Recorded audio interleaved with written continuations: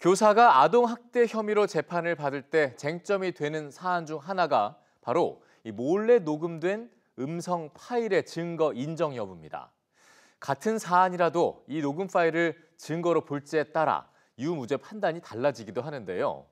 최근에는 아동학대가 의심될 경우 이 몰래 녹음을 허용하는 법안까지 발의되면서 논쟁이 커지고 있습니다. 박광주 기자입니다.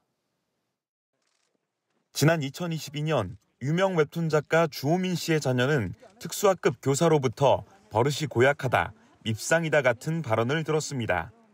주 씨는 불안 증세를 보이던 자녀의 외투에 녹음기를 넣어 학교에 보냈고 녹음 파일을 통해 이런 내용을 확인한 뒤 경찰에 신고했습니다.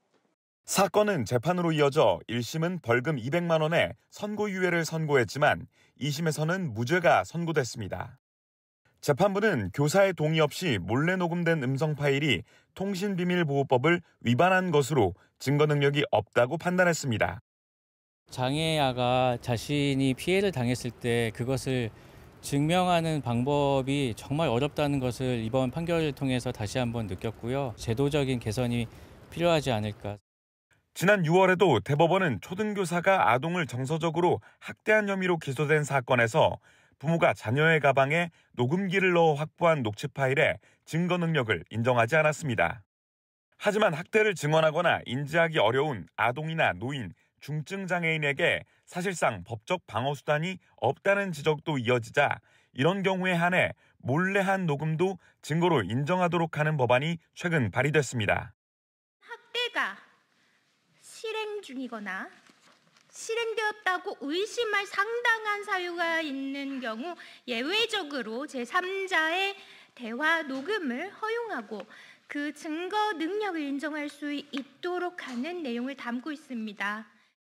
장애 관련 단체에서는 자기 방어가 어려운 장애인에 대한 최소한의 방어 수단이 되길 바란다며 찬성 의견을 냈지만 대다수 교사와 요양보호사를 겨냥하는 것이 아니라 명백한 학대 행위를 하면서 증거는 없다는 이유로 빠져나가는 일부 가해자를 더 이상 그대로 두지 말자는 최소한의 안전장치입니다.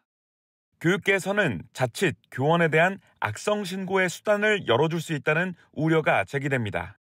정서적 아동학대랑 악성민원인의 문제가 해결되지 않으면 이건 결국 악용의 길을 그대로 여는 것밖에 없다.